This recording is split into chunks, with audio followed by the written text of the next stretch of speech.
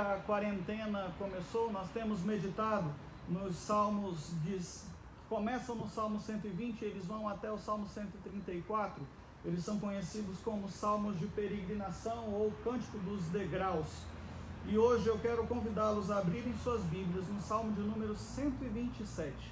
Salmo de número 127. Abra sua Bíblia e acompanhe conosco a leitura que faremos. Assim diz a palavra de Deus: se o Senhor não edificar a casa, em vão trabalha os que a edificam. Se o Senhor não guardar a cidade, em vão vigia a sentinela. Inútil vos será levantar de madrugada, repousar à tarde, comer o pão que penosamente granjeastes. Aos seus amados ele dá enquanto dorme. Herança do Senhor são os filhos, fruto do ventre o seu galardão.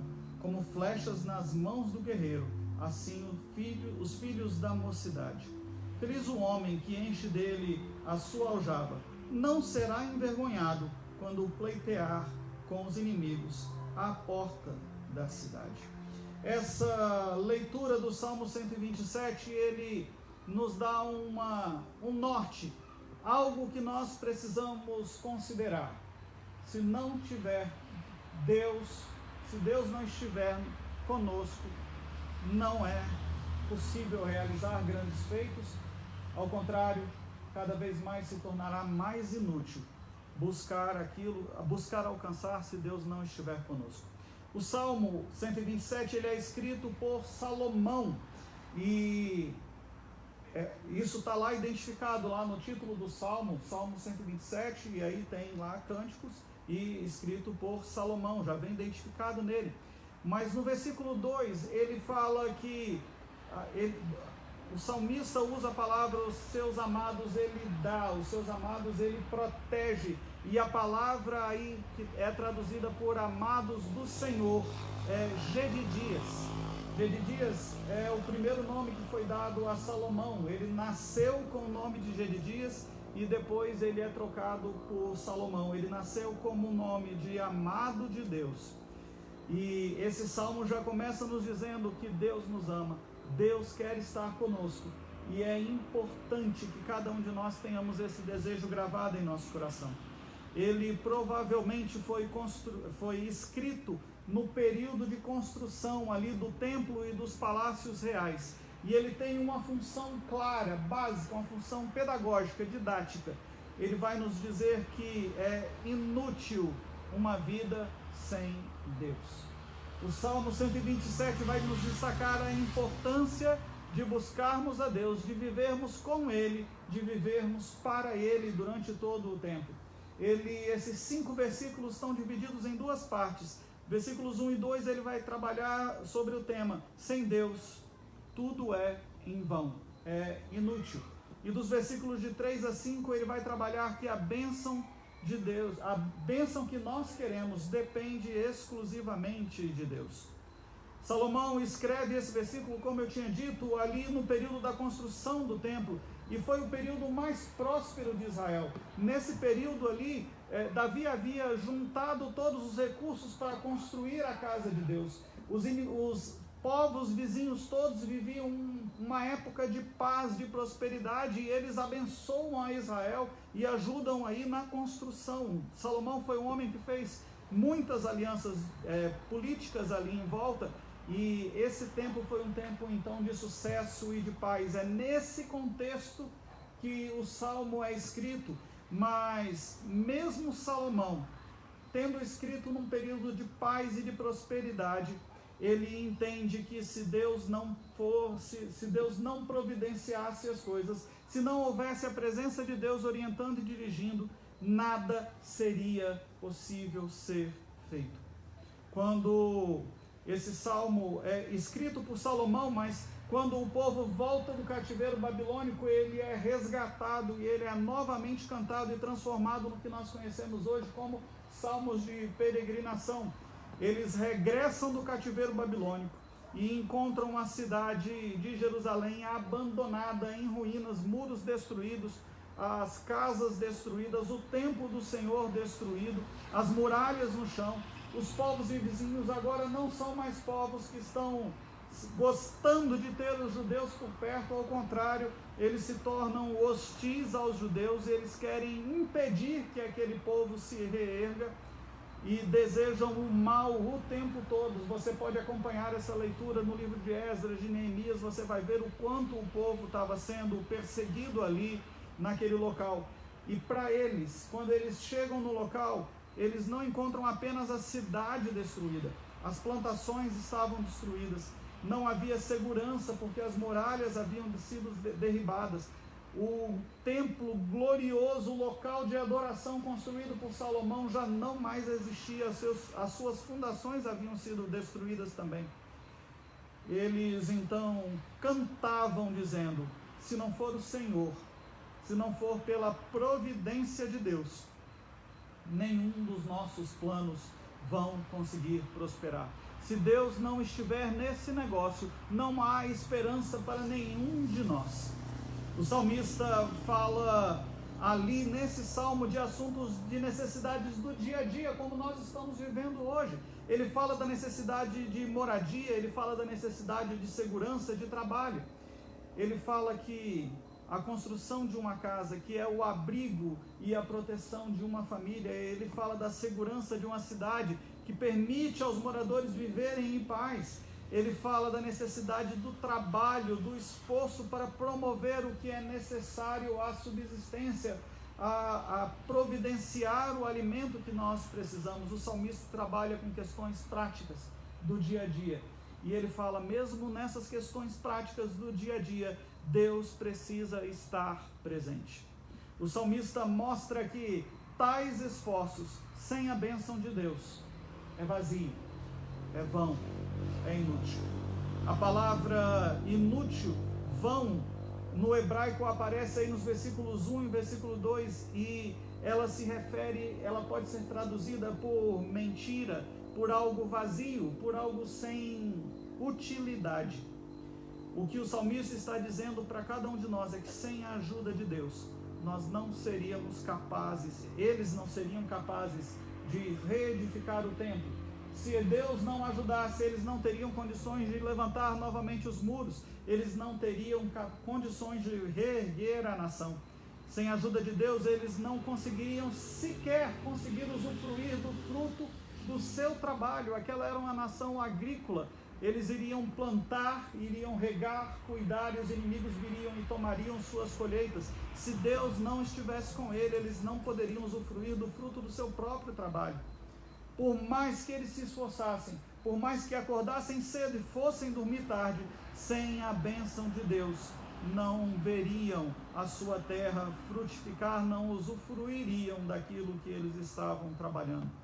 Sem Deus, sem o Senhor, tudo o que você faz, todo o esforço, seu trabalho, o que você compra, os seus estudos, suas amizades, casa, filhos, tudo será inútil. É necessário termos a presença de Deus e buscarmos a presença do nosso Senhor. Assim ele então começa, e ele começa o verso 1 dizendo: se não for o Senhor o construtor da casa, será inútil trabalhar na construção. O pastor Rick Phillips escreveu um livro de nome Homens de Verdade, o chamado de Deus à masculinidade. E nesse livro, Dr. Phillips, ele vai falar que nós, homens, temos 4 funções básicas. E esse salmo reflete essas 4 funções básicas. Ele vai falar que é a função do homem edificar a sua vida, a sua casa e a sua família. É a função do homem guardar, e guardar envolve o cuidado e a proteção.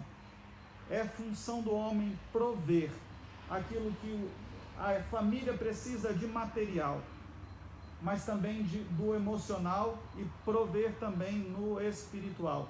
Edificar, guardar, prover, e ele cita um 4º ponto. Você precisa aprender a transmitir todo o que você tem aprendido no decorrer da sua vida para as gerações futuras. São funções que nos cabem, mas nós não podemos fazê-la sozinhos. ele exemplifica isso já no primeiro versículo: se não for o Senhor, o construtor da casa. Deus nos chama, irmãos, a construirmos, a edificar a nossa vida, o nosso lar, família, a nossa igreja. Deus nos chama a edificar o nosso casamento. O casamento não vem pronto.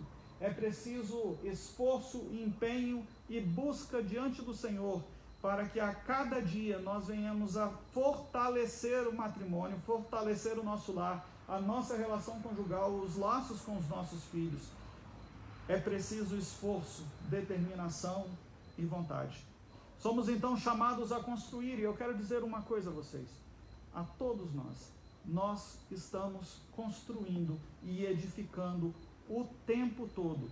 Mesmo que você não perceba, as pessoas estão te observando, e em cima das observações que elas estão fazendo, elas estão construindo um conhecimento, às vezes bom, às vezes ruim. Nós construímos com as nossas atitudes, com as nossas ações, com aquilo que fazemos ou com aquilo que deixamos de fazer, com nossas palavras e até mesmo com o nosso silêncio. No entanto, todos chegam à mesma conclusão. Tanto Salomão, a escrever o Salmo dentro de um contexto da construção do templo, quanto aqueles que voltam do cativeiro e pegam o Salmo e relembram o Salmo e aplicam para a sua vida, todos, e nós hoje chegamos à mesma conclusão. Não adianta ter disposição, não adianta ter força, não adianta ter dinheiro, recursos, amizades, não adianta querer construir algo. Sem a presença de Deus, isso será inútil. Sem a presença de Deus, irmãos, o templo será apenas mais uma construção na cidade.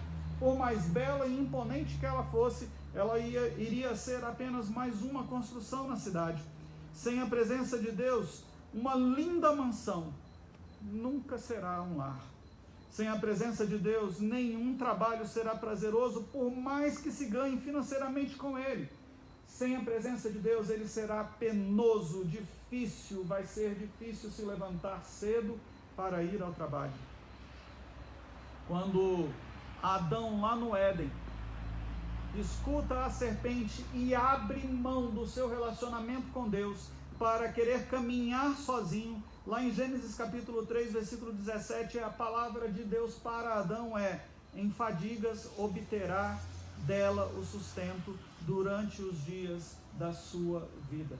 No momento em que abriu mão da presença de Deus, a vida se tornou mais difícil, a vida se tornou mais penosa. Sem a presença de Deus, sem a presença do Senhor, as casas, a família, a cidade, até mesmo a igreja, sem a presença de Deus, não haverá futuro, nada disso irá prosperar. Nós somos chamados então a edificar, a produzir, a construir, mas é preciso fazê-lo de forma sábia, debaixo da orientação de Deus, porque sozinho nós não vamos conseguir fazer prosperar os nossos planos. E o Senhor Jesus fala isso e deixa escrito isso em forma de parábola em Mateus capítulo 7, a partir do versículo 24. Ele diz assim que havia um homem que tinha comprado um terreno, que era dono de uma grande propriedade, e ele fala que a chuva caiu e ele produziu muito, e ele não buscou a orientação de Deus, e os seus propósitos ruíram. O texto de Mateus 7,24 diz assim: todo aquele que ouve as minhas palavras e as pratica será comparado a um homem prudente que edificou a sua casa sobre a rocha, o Senhor. E caiu a chuva, e transbordaram os rios, sopraram os ventos, e deram com ímpeto contra aquela casa, que não caiu, porque fora edificada sobre a rocha. E todo aquele que ouve as minhas palavras e não as pratica é comparado a um homem insensato, tolo, que edificou a sua casa sobre a areia. E caiu a chuva, transbordaram os rios, sopraram os ventos e deram com ímpeto contra aquela casa. E é interessante que são as mesmas dificuldades que os dois passam, as mesmas lutas que os dois estão passando, mas aquele que edificou a casa sobre a rocha, a casa está firme e estabelecida, mas aquele que não edificou a casa sobre a rocha, que procurou o que era mais fácil ou não se apoiou na palavra de Deus.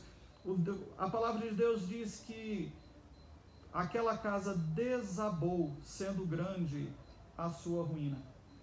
João capítulo 15, versículo 5, vai dizer-nos da importância de estarmos na presença de Deus, de vivermos buscando a presença de Deus. João 15, 5 diz: eu sou a videira, vós os ramos. Quem permanece em mim e eu nele, esse dá muito fruto, porque sem mim nada podeis fazer. É interessante o que Deus coloca para cada um de nós, e Ele coloca de forma muito clara em João 15, 5. Ele está falando: olha, você sozinho não passa de um galho sem seiva, desligado da árvore, improdutivo. Você não vai conseguir caminhar sozinho. Deus nos chama então, nesse primeiro momento, a dar um passo muito importante. Ele fala: você precisa edificar a sua vida olhando para Deus, porque se você não fizer isso, será inútil todo o seu esforço. Ainda no verso 1 ele continua e ele fala da casa, mas ele fala também assim, na sequência do versículo: se não é o Senhor que vigia a cidade, será inútil a sentinela guardar. Deus está nos mandando vigiar, mas é preciso lembrar que é Ele que nos dá a proteção e o livramento. Nós estamos estudando os Salmos, como eu falei no começo, e o Salmo 124 vai deixar isso muito claro.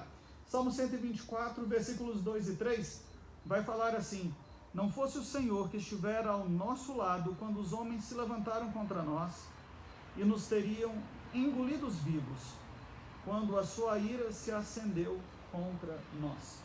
Quem nos dá a proteção é o Senhor, quem constrói a nossa casa é o Senhor, quem nos auxilia na edificação das vidas, da nossa vida e da vida daqueles que Deus nos permite viver, é o Senhor.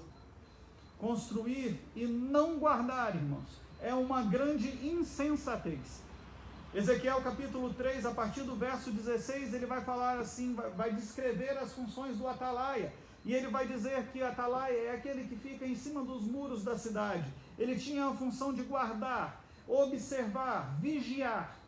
Porque na hora que o inimigo estivesse vindo, ele poderia ver de longe.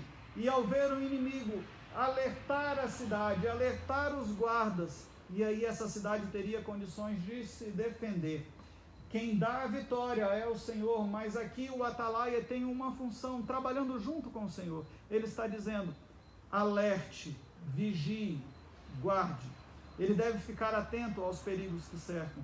Nós precisamos, irmãos, o tempo todo sermos sóbrios e vigilantes. É uma orientação, uma exortação que Deus faz à nossa vida familiar, profissional, emocional e espiritual. Satanás, o mundo e a carne têm sempre buscado atacar a vida de cada um de nós. Tem sempre buscado derrotar. E, irmãos, infelizmente, lares estão sendo destruídos simplesmente por não estarem sendo edificados na presença do Senhor. Lares cristãos estão se deixando amoldar aos padrões do mundo, olhando mais as coisas do mundo do que as coisas de Deus, desejando mais o que o mundo e a carne têm a oferecer do que desejando aquilo que Deus tem nos dado. E assim eles estão permitindo que o pecado entre, se estabeleça, enraize e frutifique. A destruição está chegando dentro dos nossos lares, pelo simples fato de estarmos abrindo concessões, abrindo brechas para o pecado em nossas vidas. E eu quero lhe alertar uma coisa: nosso Deus não convive com o pecado. Nós precisamos lembrar que o livramento vem do Senhor, mas é preciso da nossa parte uma atitude: buscar a vontade de Deus para sermos guardados por Ele. Deus nos manda edificar, Deus nos manda vigiar, Deus nos manda prover. E o verso 3 começa assim: será inútil levantar cedo e dormir tarde, trabalhar arduamente por alimento. E ele encerra o trecho dando uma palavra maravilhosa. Ele fala: o Senhor concede o sono àquele a quem Ele ama. Deus concede o descanso. Em algumas traduções você vai ter a tradução escrita assim: o Senhor dá aos seus enquanto dorme. Deus providencia. Irmãos, é inútil, se Deus não nos abençoar, é inútil. É inútil acumular bens exageradamente. É inútil querer ter um excesso de segurança. Nós estamos vivendo uma época que nós estamos tomando uma série de medidas protetivas que nós nunca tomamos antes. E mesmo assim, nós estamos cientes de que todas as medidas de segurança ainda não serão suficientes se Deus não estiver nos guardando. Se o Senhor não guardar, não alcançaremos a felicidade. Se o Senhor não guardar, não receberemos as bênçãos que nós queremos. Não adianta, irmãos, trabalhar feito um louco. Como é que você vai usufruir daquilo que você está produzindo, se você não tem tempo para poder desfrutar de tudo aquilo que você está conseguindo alcançar? Às vezes nós vemos pessoas que ganham muitas coisas e perdem a sua casa e perdem a sua família. Tenha um objetivo de vida simples, ajustando o seu trabalho às suas necessidades. Não se deixe seduzir por Mamon, o Deus ligado às riquezas do Velho Testamento. Porque quando você se tornar escravo de Mamon, você não vai conseguir mais servir a Deus. Quando nós ministramos as aulas do Crown, que é o curso de finanças à luz da Bíblia, há uma frase que eu sempre gosto e lembro: nós precisamos guardar e ganhar dinheiro, mas o dinheiro não pode ser o seu senhor, porque na hora que ele começar a mandar na sua vida, você vai perder a sua vida. Lucas capítulo 12, versículos de 16 a 21, o Senhor Jesus conta-nos uma parábola. Ele diz: o campo de um homem rico produziu com abundância. E ele pensava consigo mesmo, dizendo: que farei, pois não tenho onde recolher os meus frutos? E ele disse: farei isso, destruirei os meus celeiros, reconstruí-los-ei maiores, e aí recolherei todo o meu produto e todos os meus bens.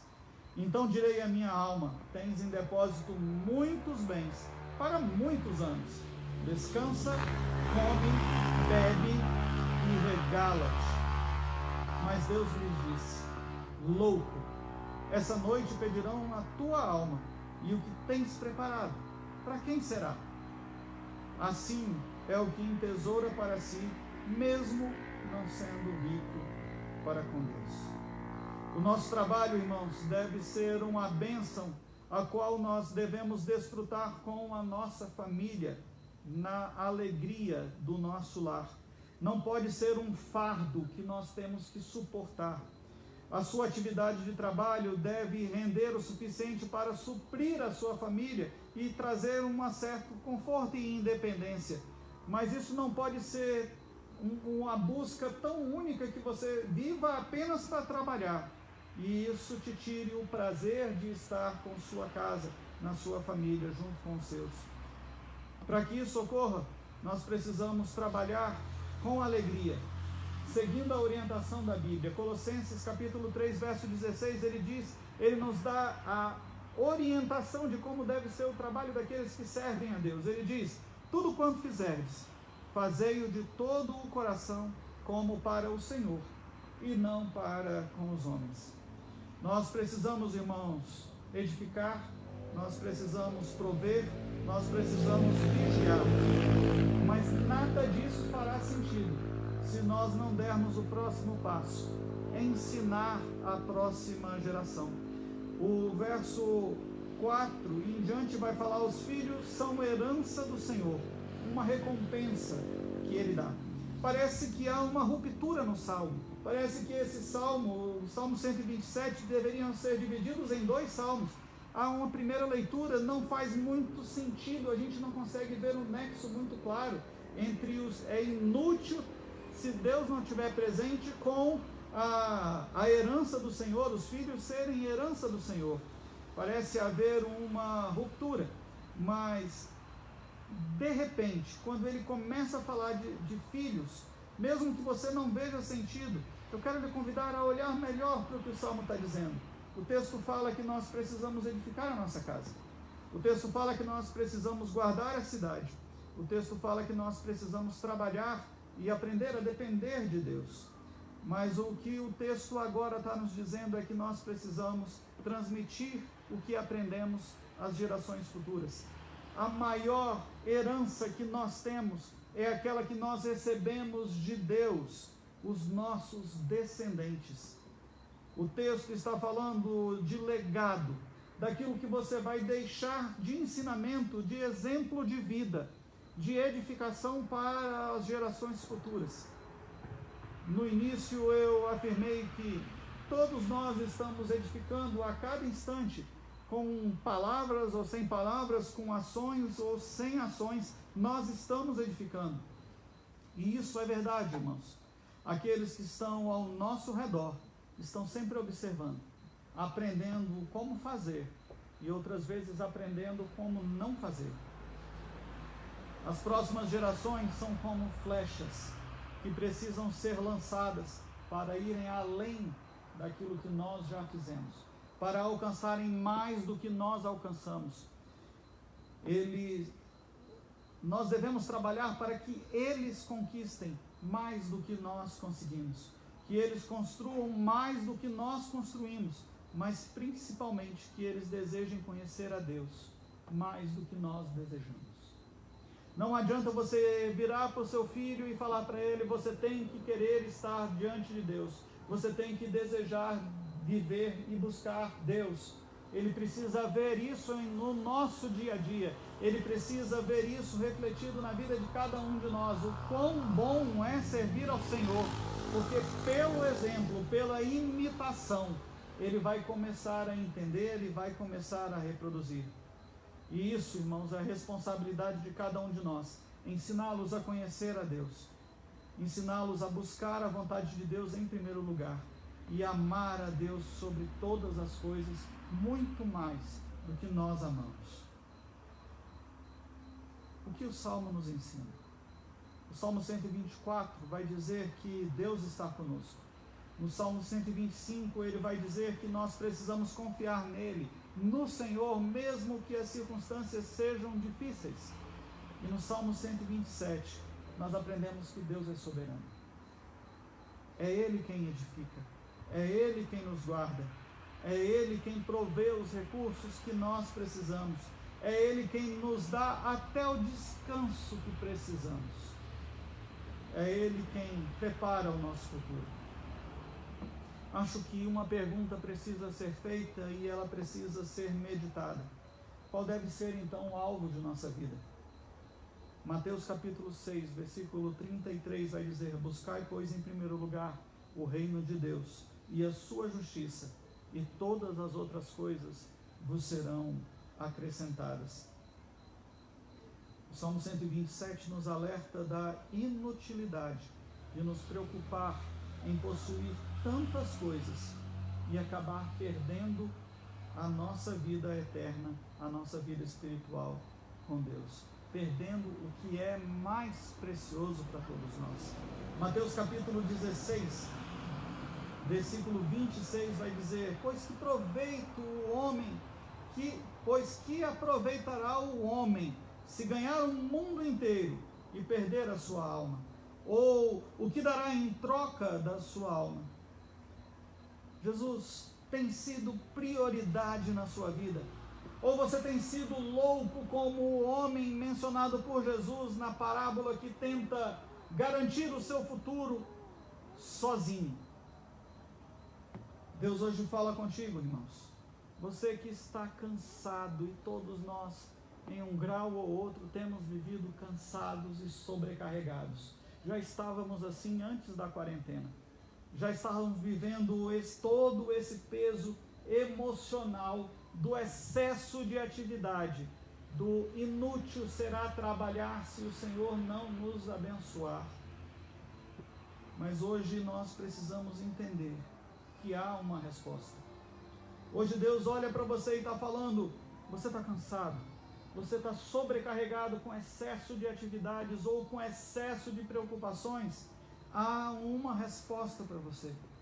Mateus capítulo 11, versículos de 28 a 30 diz: vinde a mim, todos os que estáis cansados e sobrecarregados, e eu vos aliviarei. Tomai sobre vós o meu jugo e aprendei de mim, que sou manso e humilde de coração, e achareis descanso para a vossa alma, porque o meu jugo é suave e o meu fardo é leve. Você que está aqui nesse estacionamento, ou você que está acompanhando pelas redes sociais, eu quero te convidar a depender de Deus. Eu quero te convidar a que você considere os seus caminhos, reveja os seus passos. É inútil se você não buscar a orientação de Deus, se você não buscar a orientação do Senhor. Você vai se esforçar e nunca estará satisfeito, porque quem nos dá satisfação é o Senhor. Abra o seu coração para Jesus. Chame Jesus para perto. O convite dele é: se você está cansado e sobrecarregado, venha até ele, e ele vai aliviar. Então, aí onde você está, eu quero lhe convidar a fechar os seus olhos. Seja aqui no estacionamento, dentro dos carros, seja à distância, acompanhando pela internet. Feche seus olhos e ore comigo assim, e diga: Senhor Jesus, me ensina a descansar em Ti. Senhor Jesus, há tanto que precisa ser feito, há tanto que precisa ser construído, tanto que às vezes eu não sei como começar, tanto que às vezes eu não sei como dar o prosseguimento ou simplesmente como chegar a uma conclusão. Mas nessa noite, Senhor, eu entendo que eu preciso buscar o Senhor. E as respostas e a orientação para que eu possa construir, edificar a minha vida e a dos meus familiares, para que eu possa aprender a produzir, a vigiar e a transmitir, as respostas estão no Senhor. Então nessa hora, Senhor, eu quero te pedir: perdoa os meus pecados, entra no meu coração e me transforma. Eu quero começar uma nova caminhada contigo. Eu quero caminhar diante da tua presença. Pai, muito obrigado, porque o Senhor abriu as portas para um novo futuro, para uma nova vida, quando o Senhor Jesus morreu pelos meus pecados, se entregou numa cruz e ao terceiro dia ressuscitou. Abriu as portas dos céus e hoje eu posso me dirigir a Ti. Muito obrigado, Senhor, porque o Senhor tem nos ouvido e o Senhor tem nos guardado, e o nosso caminho não será inútil se trilharmos diante da Tua presença. Em nome de Jesus.